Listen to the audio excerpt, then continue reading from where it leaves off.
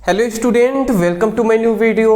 आज का ये वीडियो क्लास 12 के स्टूडेंटों के लिए बहुत ही ज़्यादा इंपॉर्टेंट है, क्योंकि आज के इस वीडियो में एक इंपॉर्टेंट टॉपिक पर हम डिस्कस करने वाले हैं, जो है हाइगेन्स के तरंग सिद्धांत द्वारा अपवर्तन की व्याख्या।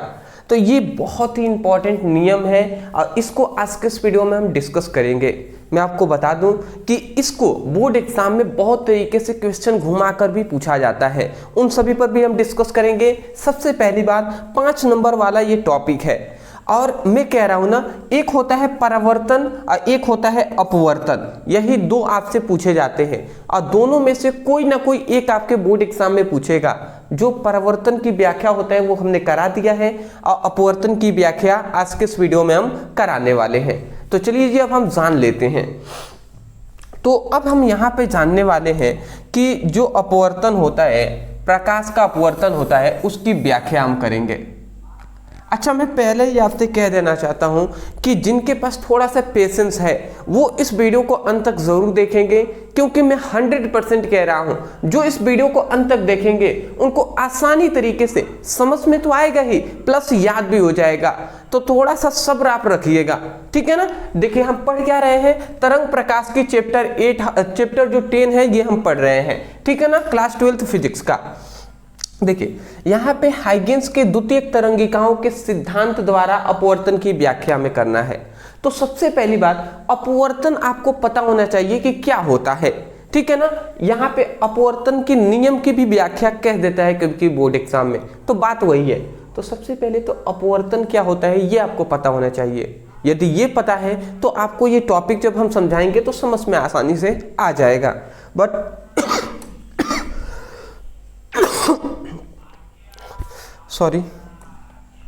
बट यदि आपको नई टॉपिक याद है तो थोड़ा सा दिक्कत हो सकती है, इसलिए मैं थोड़ा सा यहाँ पे एक्सप्लेन पहले ही अपवर्तन के बारे में कर देना चाहता हूँ। देखिए, मान लेते हैं सपोज दैट ये एक सतह है, ठीक है ना, ये एक सतह है और ये पारदर्शी सतह है। अब सपोज दैट यहाँ से प्रकाश किरणें इस प्रकार आती हैं और जहाँ पर ये सतह पर टकराएंगी, तो जहाँ पे सतह से ये टकराती हैं वहाँ पर हम एक अभिलंब खींच लेते हैं, ठीक है ना। ये सतह पर टकरा गई तो यहाँ पे हम एक क्या खींच लेते हैं, अभिलंब खींच लेते हैं। तो ये प्रकाश किरणें आती हैं और जब सतह से टकराती हैं तो याद रखेंगे, जब प्रकाश किरणें विरल माध्यम से सघन माध्यम में प्रवेश करती हैं, ठीक है ना। विरल मतलब जैसे वायु हो गया, सघन मतलब जैसे कि कांच हो गया। हम तुलना करके ही बता सकते हैं। तो विरल मतलब जैसे वायु माध्यम ऊपर है और नीचे क्या है, पानी हम मान सकते हैं, कांच मान सकते हैं। तो नीचे मान लिए हम जल है, तो जब पानी से वायु से जल में आएगा तो प्रकाश किरणें क्या होता है, अभिलंब की ओर झुककर चली जाती हैं। इतनी बेसिक बात हम जानते हैं। तो इस वाले को क्या कहते हैं, इस वाले को आपतित किरण कहते हैं और इस वाले को अपवर्तित किरण कहते हैं, ठीक है ना। यहां पे याद रखेंगे ये अभिलंब है, याद रखेंगे अभिलंब आपतन कोण के बीच में, आपतित किरण के बीच में जो कोण बनता है वो कोण आई होता है, और अपवर्तित किरण और अभिलंब के बीच जो कोण बनता है वो आर होता है। और जो कोण आई है वो क्या है, कोण आई है वो है आपतन कोण, और जो कोण आर है वो क्या है, अपवर्तन कोण, ठीक है ना। ये बेसिक बात है, इतनी बात आप समझ गए हैं। तो आगे बढ़ते हैं। देखिए, इसमें समझना क्या है, आपको क्या याद रखना है, इसका जो नियम है ना वही याद रखना है। सॉरी, इसका 2 नियम होता है, वही आपको याद रखना है, ठीक है ना। नियम आपको याद रखना है। खांसी थोड़ा सा मुझे हो गई है, इसलिए थोड़ा सा दिक्कत हो रहा है। चलिए मैं आपको बता दूं। तो देखिए, 2 नियम होता है। कौन कौन सा? पहला नियम ये होता है कि जो ये आपतित किरण है, जो ये अपवर्तित किरण है, अभिलंब है, तीनों एक ही सतह पर होते हैं। तीनों एक ही सतह पे है कि नहीं है? आपतित किरण, अपवर्तित किरण और अभिलंब तीनों एक ही सतह पर है। तो यही हमारा पहला नियम है कि अपवर्तन के प्रथम नियम के अनुसार आपतित किरण, अपवर्तित किरण और अभिलंब तीनों एक ही सतह पर होते हैं, ठीक है। पहली बात आपको याद हो गया। दूसरा आपको नियम में ये याद रखना है कि जो दूसरा नियम हमें ये बताता है, तो कि दूसरा नियम ये बताता है कि आपतन कोण की जया जो साइन आई है, अपवर्तन कोण की जया साइन आर है, वो इनका अनुपात एक नियतांक होता है जिसे हम अपवर्तनांक कहते हैं। मतलब दूसरे नियम में हमें ये फॉर्मूला बताया जाता है, साइन आई बटे sine r equal to mu. मतलब साइन आई बटे साइन आर जो होता है वो एक नियतांक के बराबर होता है जिसे हम अपवर्तनांक कहते हैं। तो देखिए हमें दो ही नियम प्रूफ करना है, एक तो आपतित किरण, अपवर्तित किरण, अभिलंब तीनों एक ही सतह पर होते हैं, इसको हमें इसमें बताना है इस वाले हेडिंग में, और दूसरा इसको हमें प्रूफ करना है। ठीक है ना। तो देखिए लक्ष्य आपको पता होनी चाहिए कि हमें क्या ज्ञात करना है। यदि ये हमें पता होगा तभी तो हम सॉल्व कर पाएंगे ना। तो इसीलिए मैंने थोड़ा सा आपका एक्स्ट्रा समय लिया। अब हम आपको इस टॉपिक के अंतर्गत कराते हैं तब आपको समझ में आएगा। अभी भी बहुत सारे स्टूडेंट होंगे जिनको नहीं समझ में आ रहा होगा, भैया निश्चिंत रहेंगे आप, ठीक है ना। नहीं समझ में आया कोई दिक्कत नहीं है, हम बाद में आपको समझा देंगे इसको, ठीक है ना। चलिए, अगर प्रकाश का अपवर्तन आप पढ़ के आए हुए हैं तो बहुत ही अच्छी बात है, नहीं पढ़े हुए हैं तो कोई दिक्कत नहीं है। ये जो हमने समझाया थोड़ा सा भी अगर आपको समझ में आ गया है ना तो बहुत ही अच्छी बात है, आगे आपके लिए हेल्पफुल होने वाला है। और जिनको नहीं आया धीरे धीरे हम करते जाएंगे, समझ में आता जाएगा। तो चलिए जी, सबसे पहली बात अपवर्तन की व्याख्या करना है तो हमें एक फिगर बनाना होगा, और यही फिगर मेन है, उसको समझ लिए फिर से हम गणना करेंगे, आसानी से समझ में आ जाएंगे, ठीक है ना। तो 5 नंबर चाहिए तो ये फिगर हमें समझना होगा। चलिए जी, फिगर हम समझाते हैं। सपोज डेट ये हमारा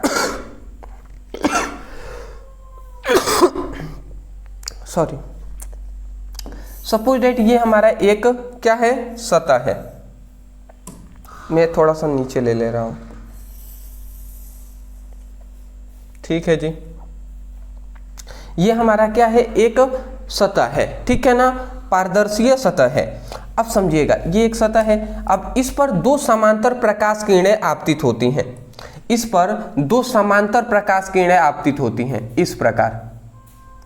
सपोज डेट आप सोचिएगा तो दो समांतर प्रकाश किरणें इस प्रकार, एक प्रकाश किरणें है और दूसरी प्रकाश किरणें इस प्रकार, दो समांतर प्रकाश किरणें इस प्रकार आपतित होती हैं। और जहां पर ये मान लेते हैं ये प्रकाश किरणें आई यहाँ पे टकराई, ठीक है ना, तो जहां पे टकराती हैं वहां पे हम सबसे पहले तो एक अभिलंब खींच लेते हैं। तो एक हम अभिलंब यहाँ पे खींच ले रहे हैं पहले,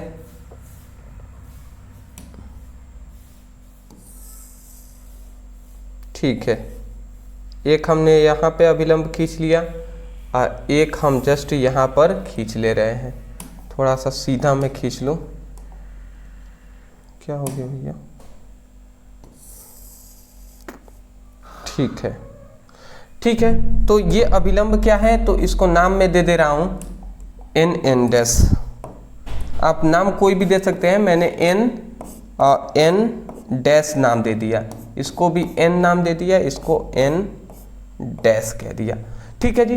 तो देखिए सबसे पहले ये प्रकाश किरणें जिस प्रकार दो समांतर प्रकाश किरणें अनंत से आती हैं और जब सतह पे टकराती हैं तो वहां से हमने एक अभिलंब खींच लिया। और हम इतनी बात जानते हैं कि जब प्रकाश किरणें विरल माध्यम से सघन माध्यम में प्रवेश करती हैं, ठीक है ना, जब प्रकाश किरणें विरल माध्यम से सघन माध्यम में प्रवेश करती हैं तो अभिलंब की ओर झुक जाती हैं, ठीक है ना। तो ये अभिलंब की ओर ऐसे झुककर चली जाएंगी, ये प्रकाश किरणें हैं, ये अभिलंब की ओर झुककर चली जाएंगी। ये प्रकाश किरणें आई और ये अभिलंब की ओर इस तरीके से झुककर चली जाती हैं, ठीक है। इस प्रकार ये चली गई, ये भी जाना तो सीधा चाहिए था बट ये भी क्या हुआ, अभिलंब की ओर झुककर इस प्रकार चला गया, ठीक है ना। आशा करता हूं कि आपको समझ में आ रहा होगा, ठीक है जी। तो ये हमारा सबसे पहला, ध्यान से आप समझेंगे, यहाँ पे हम केवल दो ही बात बताया है कि दो समांतर प्रकाश किरणें आती हैं और जो पारदर्शी सतह है इससे टकराएंगी, अपवर्तन होने के पश्चात अभिलंब की ओर झुककर ये चली जाती हैं, ठीक है। इतनी बात समझ गए तो आगे बढ़ते हैं। अब दूसरी बात हम क्या जानते हैं कि इसको हम क्या कहेंगे, इसको हम कहेंगे आपतित तरंग, इसे हम क्या कहेंगे, आपतित, थोड़ा सा और पतला मैं कर लेता हूं, इसे हम कहेंगे आपतित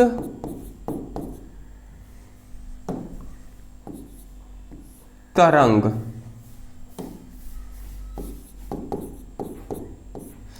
इस वाले को क्या कहेंगे? अपवर्तित तरंग या तरंगे हम कह सकते हैं, ठीक है ना, क्योंकि दो है तो ये हमारी आपतित तरंगे हैं, ये हमारी अपवर्तित तरंगे हैं। इतनी बात समझ गए ना। अब यहाँ पे समझिएगा, ये हमारा क्या है? अभिलंब है। तो हम इतनी बात जानते हैं कि आपतित तरंगे और अभिलंब के बीच जो कोण बनता है, आपतित तरंगे और अभिलंब के बीच जो कोण बनता है उसे हम आपतन कोण I कहते हैं। तो I से हमने प्रदर्शित कर दिया। अब देखिए ये भी प्रकाश की न्याय है, यहाँ से परावर्तित हुई है। तो हम इतनी बात जानते हैं कि अपवर्तित तरंगे और अभिलंब के बीच जो कोण बनता है उसे हम कोण R कहते हैं। तो I इसको दर्शा दिए, ये R है तो R हमने दर्शा दिया। अरे याद नहीं पड़ रहा है? इस तरीके से प्रकाश किरणें आ रही थी, ये हमारा अभिलंब था, इस प्रकार चली जा रही थी, तो इसको हम I कह रहे थे, इसे हम R कह रहे थे। तो वही प्रकार I हो गया, ये R हो गया, ठीक है ना। तो इतनी बात आप समझ गए। अब समझिएगा, यहाँ पे ये जो आपतित तरंगे हैं, यहाँ पर एक तरंगाग्र उत्पन्न होगा। जब दो समांतर तरंगे आ रही हैं तो यहाँ पे एक तरंगाग्र उत्पन्न होता है इस प्रकार, ठीक है ना। ये एक तरंगाग्र उत्पन्न होता है। इस तरंगाग्र का हम क्या कहेंगे? इस तरंगाग्र को क्या कहेंगे? आपतित तरंगाग्र कहेंगे। इस वाले को आपतित तरंगाग्र कहेंगे, ठीक है ना। ये धीरे धीरे ऐसे इसे आगे बढ़ता है, आता है, फिर से यहाँ से अपवर्तित जब होगा तो ये फिर से कहाँ पर आ जाएगा? यहाँ पर इस तरीके से आएगा, ठीक है ना। तो अब यहाँ पे अपवर्तित हुआ है ना, तो अब इसका नाम क्या हो जाएगा? अपवर्तित तरंगाग्र। तो इसको फिर से मैं लिख दे रहा हूँ, अपवर्तित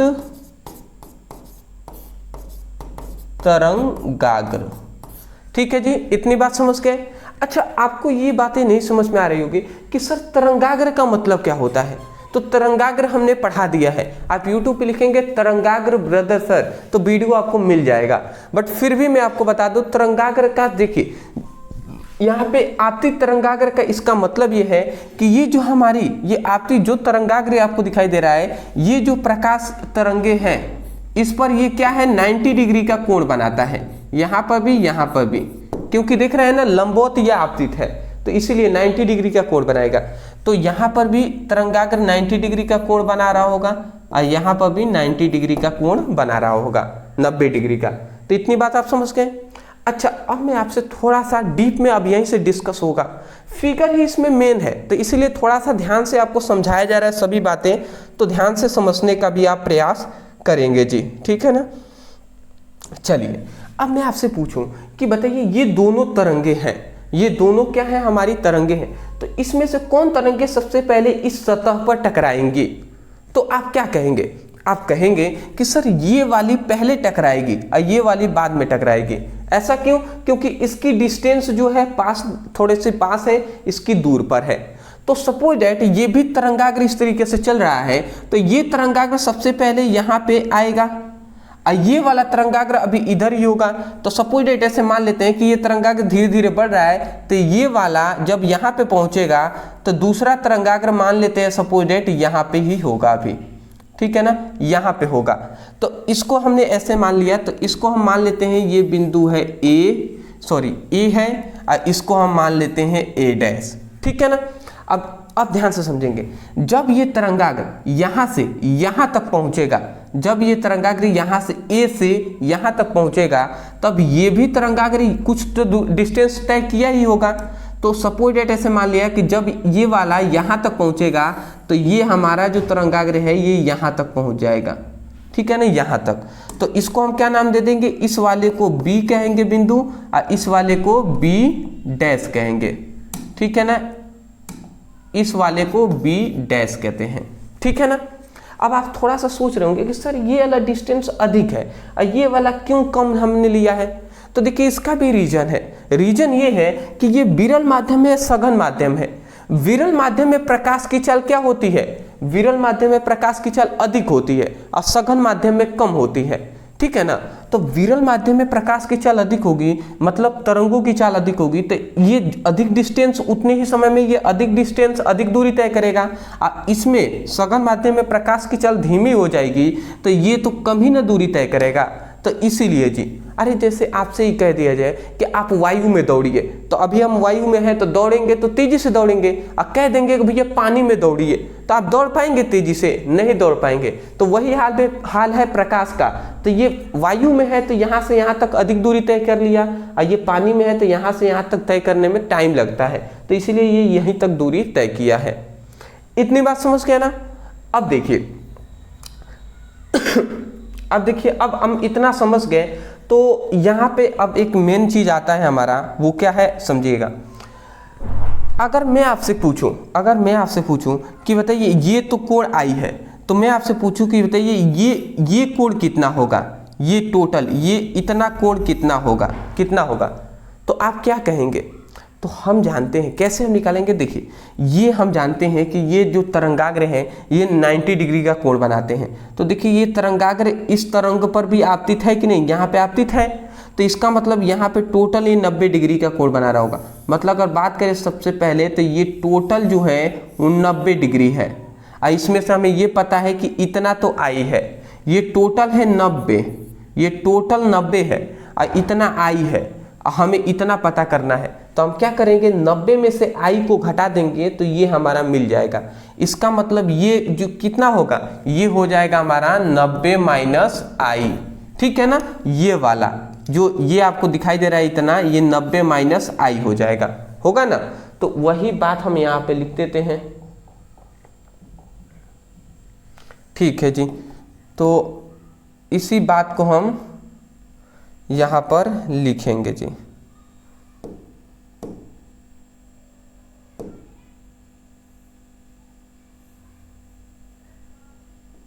ठीक है, अब देखिए ये वाला मैंने पूछा कि ये वाला कितना होगा, तो ये टोटल होता है, ये टोटल 90 है, 90 में से आई को घटा देंगे तो ये 90 माइनस आई हो जाएगा। तो मैं यहाँ पे लिख दे रहा हूँ 90 माइनस आई। अगर नहीं समझ में आ रहा है कि कैसे 90 माइनस आई होगा तो मैं आपको समझा दे रहा हूँ, क्योंकि मैं नहीं चाहता कि कोई एक भी स्टूडेंट ऐसा बचे जिनको थोड़ा सा दिक्कत हो, इसलिए मैं आपको समझाना चाहता हूँ। देखिए अगर मैं आपसे कह दूँ कि ये हमारा टोटल इतना है 90 डिग्री का कोण है, अब मैं आपसे कह दूँ कि ये बताइए कि ये जो हमारा है ये 30 है, इतना 30 है, तो इतना आपको अगर कोई पूछ दे कि ये इतना कितना होगा, तो आप कह देंगे कि भैया टोटल 90 है और ये इतना 30 है, तो इसका मतलब ये 60 होगा, कह देंगे आप। तो कैसे 60 हुआ? तो आपने 90 में से 30 को घटाया, 90 में से 30 को घटाएंगे तभी तो 60 होगा ना।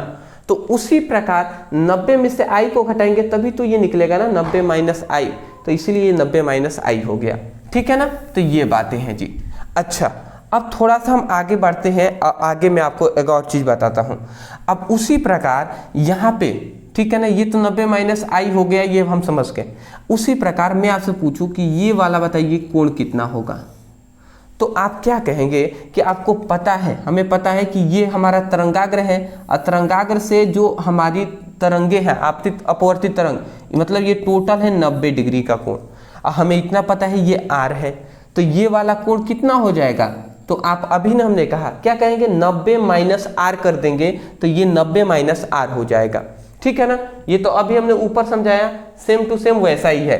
तो ये वाला जो हमारा ये कोण है ये कितना हो जाएगा, जैसे यहाँ पे आई था तो 90 माइनस आई हो गया, तो इसी प्रकार ये आर है तो ये कितना हो जाएगा, तो ये 90 माइनस आर हो जाएगा,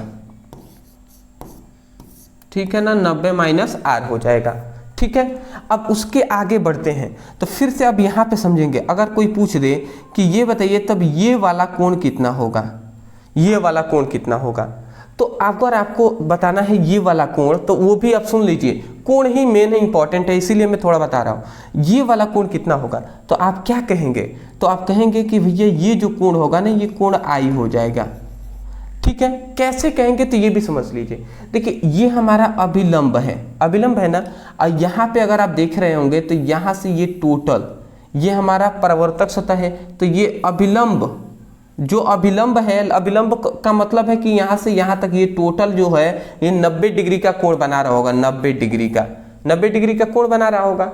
तो बताइए ये अगर टोटल 90 है, ये टोटल 90 है, और इसमें से ये वाला है 90 माइनस आई, तो इसका मतलब ये आई नहीं होगा जी, अरे जैसे कि यहाँ से आई था तो ये 90 माइनस आई हो गया, तो इसका मतलब ये अगर 90 माइनस आई है तो ये भी तो आई होगा, ठीक है ना। तो ये आई हमारा होगा। ज़्यादा आपको कंफ्यूज होने की ज़रूरत नहीं है। अगर ना समझ में आए तो केवल इतने याद रखेंगे भैया कि ये हमारा आई होगा, ठीक है ना, ये हमारा आई हो जाएगा। उसी प्रकार ये 90 माइनस आर है तो ये वाला कोण कितना होगा, तो ये हमारा कोण हो जाएगा आर, और ये हमारी कोण क्या हो जाएगी, ये हमारी कोण हो जाएगी आई। इतनी बात समझ गए हैं तो अब हमारी पूरी तरीके से काम ये कंप्लीट होता है।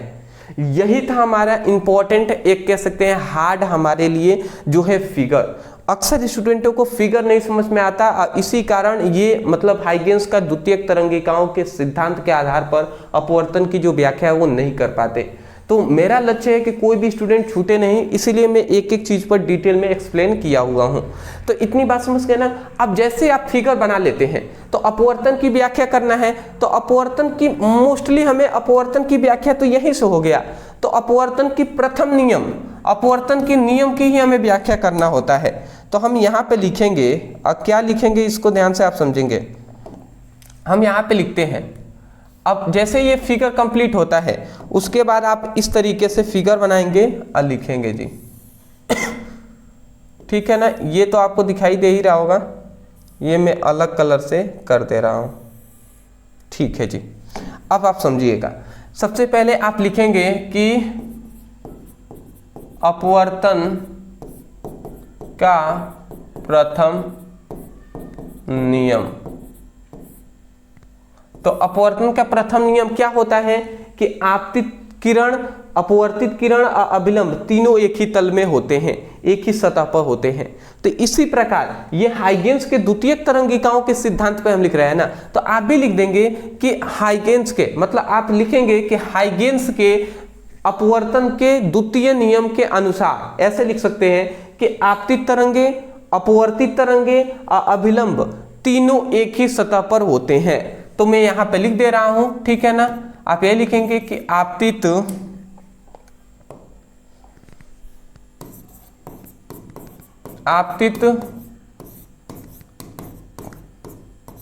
तरंगे, आपतित तरंग, अपवर्तित तरंग तथा अभिलंब तीनों एक ही तल में होते हैं, एक ही तल या सतह पर होते हैं, सतह पर होते हैं, ठीक है ना। तो ये हमारा देखिए दो नियम अपवर्तन का होता है। प्रथम नियम तो हमने यहाँ पे लिख भी दिया है और इसी फिगर से प्रूफ भी हो जाता है। ये नहीं भी लिखेंगे लाइन ना तो भी चलेगा, कोई दिक्कत वाली बात नहीं है, बट फिर भी मैंने यहाँ पे लिख दिया। अब अपवर्तन के द्वितीय नियम को हमें प्रूफ करना है। अब वो द्वितीय नियम क्या है कि देखिए यहाँ पे एक और बात मैं बता दूं कि ये विरल माध्यम है ना, तो इसमें जो प्रकाश की चाल होती है, विरल माध्यम में प्रकाश की चाल लिखोगे तो प्रकाश की जो चाल होता है इसको हमने मान लिया कि C1 है, और सघन माध्यम में प्रकाश की जो चाल है, प्रकाश की जो चाल है इसको हमने C2 मान लिया, ऐसे हमने मान लिया, इसमें C1 इसमें C2। तो जब C1 और C2 हो गया तो इसी प्रकार आप ध्यान से समझेंगे। अब दूसरा, अब हमारा हेडिंग फिर से आप यहाँ पे डालेंगे। अब देखिए अब हम दूसरे नियम को प्रूफ करने जा रहे हैं, तो इसके लिए हम क्या करेंगे, अब यहाँ पे हम तरंगाग्र को देखेंगे। तो हम यहाँ पे ये देख रहे हैं कि ये हमारा, देखिए ये जो तरंगाग्र है ये भी आगे बढ़ रहा है, ये भी आगे बढ़ रहा है। तो हम देखते हैं कि यहाँ से ये जो A डैश है तो A डैश से B डैश तक, ठीक है ना, ये देखिए विरल माध्यम में है तो A डैश से B डैश तक आने में प्रकाश का जो समय लगता है, मतलब तरंगों का जो समय लगता है वो कितना है, T है। तो ऐसा हम लिखेंगे, देखिए कि A से A डैश तक, ठीक है ना, A डैश से B डैश तक, ऐसे हम लिख देते हैं कि प्रकाश तरंगे, ऐसे हम लिखते हैं कि तरंग A डैश को B डैश तक पहुंचने में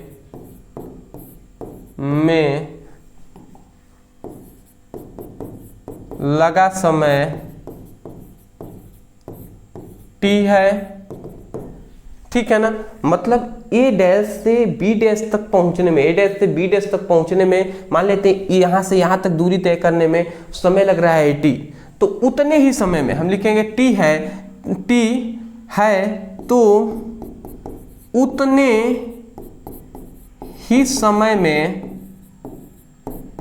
ही समय में जो a है, यहाँ पे ये जो a बिंदु है a से b तक पहुंच जाता है, जो उतने ही समय में तरंगाग्र जो है, तरंगाग्र a b तक पहुंच जाता है। यही ना हुआ था जी कि a डैश b डैश तक पहुंचा था जितने समय में, उतने समय में a जो है वो b डैश तक a है वो b तक पहुंच गया था, ठीक है ना। तो यही तो हुआ था, तो वही हमने लिखा है यहाँ पे तरंगाग्र ये कर देंगे, तरंगाग्र, ठीक है ना, क्योंकि ये तरंगाग्र है, ये जो है ये तरंगाग्र है। तो ये बातें आपको लाइन समझ में आ रही है ना। केवल हमने इतना लिखा है कि a डैश को b डैश पहुंचने में t समय लगता है, तो उतने समय में a b तक पहुंच जाता है, ठीक है ना। यही बात हमने केवल लिखा है। तो सिंपल सी बात है कि इसमें मतलब a डैश को b डैश तक पहुंचने में, a डैश को b डैश तक पहुंचने में t समय लग रहा है, और a से b तक पहुंचने में, a से b तक पहुंचने में भी t समय लग रहा है, ठीक है ना। इतनी बात समझ गए। और उसके बाद हम जानते हैं कि प्रथम माध्यम में प्रकाश की चाल, मतलब a से a डैश तक, a से b डैश तक, इसमें ये अभी तरंगाग्र विरल माध्यम है, तो इसमें प्रकाश की चाल c1 है, इसमें प्रकाश की चाल क्या है, c2 है। इतनी बात आप समझ रहे हैं ना। चलिए जी, इतना समझ रहे हैं तो बहुत ही अच्छी बात है, ठीक है, ठीक है। तो अब हम क्या क्या कर सकते हैं, इसको आप लिखना चाहें तो लिखेंगे, नहीं भी लिखेंगे तो कोई दिक्कत वाली बात नहीं है। अब हम चूंकि हमें ज्ञात क्या करना है उसको समझिए। जब a डैश से b डैश तक तरंगाग्र पहुंच रहा है, a b तक पहुंच रहा है, तो हमारा मेन मोटिव क्या है कि प्रकाश का हम ज्ञात कर लेते हैं इनकी दूरी। तो दूरी बराबर क्या होता है, चाल गुणे समय होता है। हम दूरी ज्ञात कर लेते हैं कि a से b डैश तक हम तय करेंगे तो कितनी दूरी होगी, और a b तक तय करने में कितना दूरी लगेगा। तो दूरी बराबर चाल गुणे समय होता है। अब दूरी, तो दूरी हम देखते हैं, तो a डैश से b डैश तक पहुंचने में, तो हम लिखते हैं a डैश से b डैश तक पहुंचेंगे तो क्या लगेगा, चाल। तो सबसे पहले a से b डैश तक पहुंचेंगे तो इसमें चाल क्या है, c1 है, तो हम c1 लिख देते हैं, ठीक है जी। और समय क्या है, समय तो हम जानते हैं कि दोनों के लिए समय जो है वो t ही है, ठीक है ना, तो t हमने लिख दिया ct। अब दूसरा a से b तक पहुंचने में, a से b तक पहुंचने में क्या लगेगा जी, तो a से b तक पहुंचने में प्रकाश की चाल क्या होगी, c2 है। चाल मतलब क्या है, इसमें c2 है और समय तो t है, तो t ही हमने लिख दिया। तो समझ के ना, a डैश b डैश जो है वो ct के बराबर होगा, a b जो होगा वो भी c2 t के बराबर हो जाएगा। तो इतना आप लिख लिए हैं, तो अब आप आगे बढ़ेंगे। फिर से एक और हमें काम करना है, उसके बाद ये हमारा कंप्लीट हो जाएगा। अब हम क्या करेंगे जी, हार्ड टॉपिक है ना, मैं क्या कर सकता हूँ, मैं कर सकता हूँ केवल आपको करा सकता हूँ, बट फिर भी हमें हौसला नहीं हारना है, हमें बिल्कुल विश्वास के साथ आगे बढ़ना है।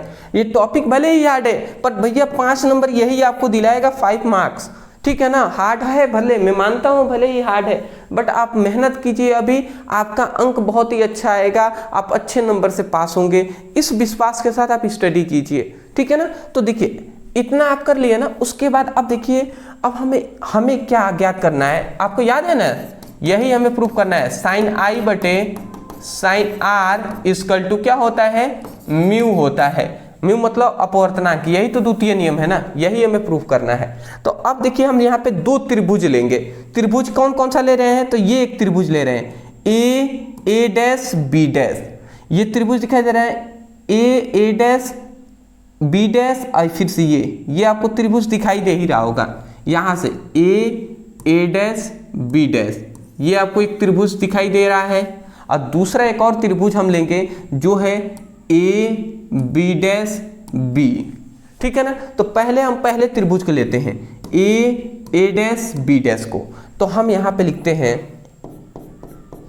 ध्यान से समझेंगे, हम लिखते हैं त्रिभुज क्या लेते हैं, त्रिभुज ए डैश बी डैश में, त्रिभुज ए डैश बी डैश में, ठीक है ना, त्रिभुज ए डैश बी डैश में। अब इसमें हम क्या देखेंगे, तो देखिए यहाँ पे हम ज्ञात कर लेते हैं त्रिभुज में साइन आई का मान, साइन आई का मान हम ज्ञात करेंगे, ठीक है ना। यहाँ पे लिखते हैं हम साइन आई का मान।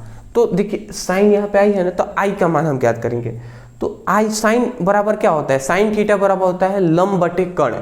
तो देखिए ये त्रिभुज तो दिखाई दे रहे ए डैश बी डैश में लंब क्या है आपका, ये है लंब। देखिए ये हमने बताया था ना कि 90 डिग्री का कोण बनाएगा तरंगाग्र, तो इसीलिए यहाँ पर ये वाला आपका लंब हो जाएगा, ठीक है ना, ये लंब हो जाएगा। तो ए डैश ये आपका लंब हो जाएगा, और लंब बटे कर्ण होता है, तो लंब क्या हो जाएगा, ए डैश बी डैश। तो हम लिख दिए ए डैश बी डैश, अब बटे कर्ण होता है, तो कर्ण आपका क्या हो जाएगा, ए बी डैश, ये आपका कर्ण हो जाएगा। तो हमने यहाँ पे लिख दिया ए बी डैश, ठीक है ना। तो इसको आप सबसे पहले, तो इसको मैं कह रहा हूँ, इसको ऐसे आप कर लीजिए, इसको ये आप एक लाइन याद रखेंगे, एक ये हो गया। दूसरा एक और हम त्रिभुज यहाँ पे ले रहे हैं, उसको समझिएगा। दूसरा हम त्रिभुज क्या ले रहे हैं, ए बी डैश, ये एक त्रिभुज ले, ए बी डैश, ये आपको त्रिभुज दिखाई दे रहा है ना। तो ये हम लेते हैं, तो हम लिखते हैं त्रिभुज ए बी डैश में, ए बी डैश में। तो इसमें हम लेंगे साइन आर। अब साइन आर बराबर, देखिए यहाँ पे आर कोण बन रहा है ना, तो इसलिए तो साइन आर बराबर, साइन बराबर क्या होता है, लंब बटे कर्ण। तो लंब क्या हो जाएगा, लंब इसमें होगा ए बी, ये लंब हो जाएगा। अब कर्ण क्या होगा, तो कर्ण हो जाएगा ए बी डैश। तो लंब क्या है, ए बी है, तो यहाँ पे लंब हमने ले लिया ए बी। अब कर्ण क्या हो जाएगा, ए बी डैश हो जाएगा, तो ए बी डैश हमने ले लिया। तो इसको भी हम एक बंद कर लेते हैं, ठीक है जी।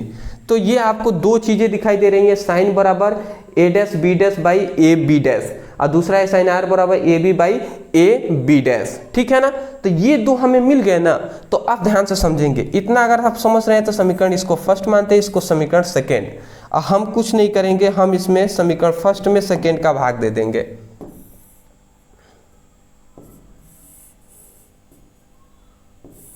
देखिए अब हम क्या कर लेते हैं, समीकरण फर्स्ट में सेकेंड का भाग देने पर, अब देख लेते हैं, भाग देते हैं तो साइन आई बटे साइन आर, ठीक है ना। इधर क्या हो जाएगा, साइन आई बटे साइन आर हो जाएगा।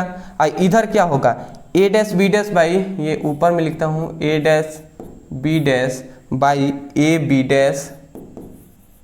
डैश, ये हमारा मेन बाटा हो जाएगा। अब नीचे क्या होगा, a B by a dash B dash, a B by A B dash, ठीक है जी। इतना हमने लिख दिया। अब बात को यहाँ पे ये भी समझने वाली बात है कि देखिए ऊपर भी ए बी डैश से नीचे वाला ए बी डैश ये कैंसिल हो गया। जब इतना कट गया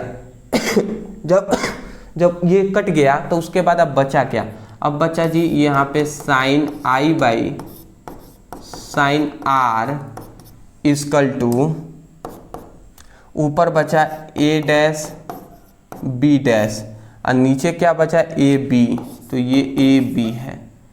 अब इक्वल टू में हम क्या लिख सकते हैं, ध्यान से समझेंगे। अब क्या लिख सकते हैं, देखिए ए डैश बी डैश, यहाँ पे देखिए ए डैश बी डैश किसके बराबर है, C1T के बराबर है। तो हम यहाँ पे लिख सकते हैं C1T, लिख सकते हैं, बिल्कुल लिख सकते हैं। और ए बी किसके बराबर है, C2B के, तो ए बी के जगह पर C2B लिख सकते हैं। तो यही हमने लिख दिया C2B, लिख दिया ना। अब देखिए इस T से, सॉरी एक T से ये T से क्या हो गया, दोनों कलर एक ही है क्या, नहीं, ये T से ये T कैंसिल हो गया, कैंसिल हो जाएंगे ना। तो अब बचा के यहाँ पे साइन आई बटे sine r i equal to, देखिए इसको हम छोड़ देते हैं, ये C1 बाई C2 हो जाएगा। C1 और C2 क्या है? C1 है प्रकाश के प्रथम माध्यम में प्रकाश की चाल, C2 क्या है? द्वितीय माध्यम में प्रकाश की चाल। और इसका भी अनुपात एक नियतांक होता है और जिसे हम अपवर्तनांक कहते हैं म्यू।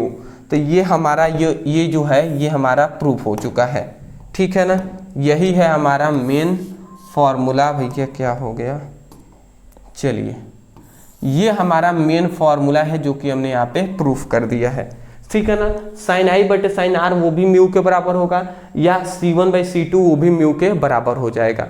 तो ये है हमारा सबसे पहले हाइगेन्स के द्वितीयक तरंगिकाओं के सिद्धांत के आधार पर अपवर्तन की व्याख्या।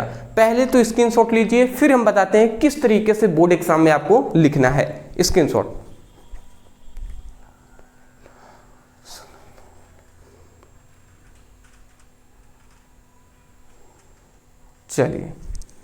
चलिए इधर थोड़ा नहीं दिखाई दे रहा था, मैंने अब सही कर दिया है, दिखाई दे रहा होगा, टी से टी कैंसिल हुआ है।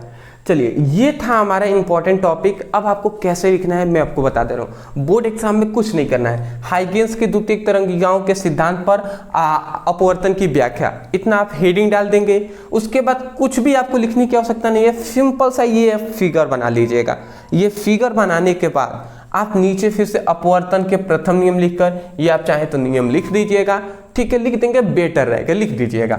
उसके बाद फिर से यहाँ से आप लिख देंगे कि तरंगाग्र जो है A डैश B डैश तक पहुँचने में T समय लगता है, उतने ही समय में A B तक पहुँच जाता है, वही हमने लिखा है। फिर से ये चाल जो ये सूत्र है फॉर्मूला, इस फॉर्मूले को आप वहाँ पे यूज कर लीजिएगा कि दूरी बराबर क्या होता है, दूरी बराबर क्या होता है, चाल गुणे समय होता है।